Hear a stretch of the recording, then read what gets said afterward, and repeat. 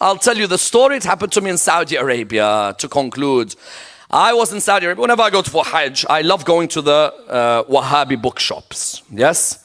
I go to the Wahhabi bookshops, and in the Wahhabi bookshops, I think the books are great because there's a lot of great books on Quran. Our brethren there in Saudi Arabia, very strong on Quran, nothing on Ahlul Bayt, nothing. And us, excellent on Ahlul Bayt, nothing on Quran. So we were there, I was in the bookshop, and of course I'm wearing this really creased up. And I've always got someone with me, and always in the Hajj groups when we take them, there's always someone who fears being near me in the group because they know I'm going to take them to the bookshop and they have to stand with me for 2 hours while I read every book and then leave. So I go downstairs, I'm in the Wahhabi bookshop, there's a Pakistani, Afghani, and a Sudanese. This sounds like a joke, I think.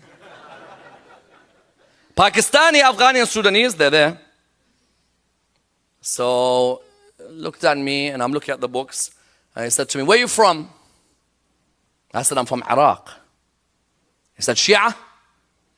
I said, yes. So what did he do? He went. He started beating his chest. He's like, I'm like, yes, it's better than suicide bombing. At least I only harm myself. So he started laughing, I started laughing. It was good conversation. You could tell that they were just migrants who were working in a bookshop. He said to me, brother, I want to advise you. Everyone wants to advise me, yes? He said, brother, I want to advise you.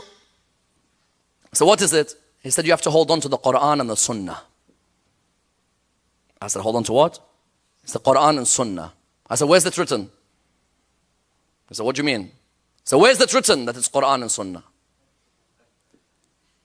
I said, how many books you got in this bookshop? He said, 7,000. I said, if you find me today in any of the 6 Sahihs, Bukhari, Muslim, Tirmidhi, Nasa'i, Abu Dawud, Ibn Majah, if you find me, it says Quran and Sunnah, I'll become, in front of Kaaba right now, I'll join Ahlul Sunnah wal Jama'ah.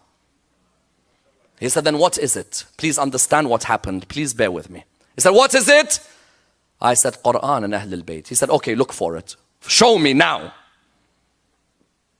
Muslim, Sahih Muslim, I could see it, but the problem is Sahih Muslim, the 1981 edition, the writing is small. 1997 edition, the writing is bigger. Now I've got the hadith number in my head, but these sizes of books can differ depending on the publisher. So I pick out hadith number 2230, and it said something like, I think something like donkey meat is haram or something. And then I looked for another hadith, and it talked about garlic or something like that, until eventually I found the hadith. Zayd bin Arqam stopped at a watering valley called Khum. Ghadir means spring, oasis. He said, they asked him about what Rasulullah said. So he said that the Prophet stopped at a watering valley called Khum. And he said, oh people, I leave behind for you 2 things. First proof, Ghadir Khum. Second proof, last sermon of Rasulullah was at Ghadir Khum, not at Hajj. Third proof, I leave behind for you the Quran and my Ahlul Bayt. Allah is my witness.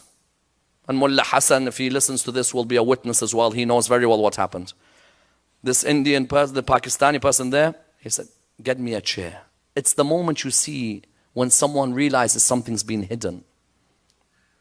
He said to me, get me a chair. He sat down, he was in shock. He said, this says Ahlul Bayt next to Quran. It doesn't say Sunnah. I said, I didn't want to say anything because I could see he's in extreme shock. Saudi walked past.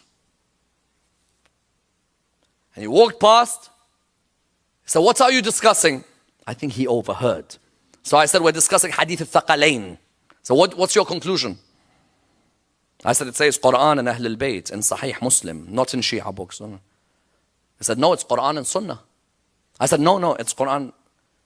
He said, I say it's Quran and Sunnah. What are you going to do about it? At that moment, I saw the meaning of the ayah. لَقَدْ خَلَقْنَا الْإِنسَانَ فِي أَحْسَنِ تَقْوِيمٍ ثُمَّ رَدَدْنَاهُ أَسْفَلَ السَّافِلِينَ. In his own eyes, I showed him Ahlul Bayt. And he looked arrogantly at me and said, we say it's Sunnah. What are you going to do about it here? Sometimes people see the haqq of al-Muhammad in front of them. Whether they accept it or not is up to them. I showed him in Sahih Muslim. in Saudi Arabia, not in Iran, not in Iraq. And he just looked at me and said, so what? What are you going to do about it? And he said in Arabic the exact words, غصبا عليك. And only the Arabs here will know what that means. What does it therefore conclude? Quran and Ahlul Bayt is what unites the Muslims. The more the Muslims will hold on to these two, Rasulullah has promised we'll never go astray if we hold on to the Quran and Ahlul Bayt. And who did Rasulullah in Sahih Muslim say were the Ahlul Bayt? The sons of Ali, sons of Ja'far, and subhanallah, the grandsons of Ja'far and Ali represented their grandfathers in Karbala wonderfully. Yes.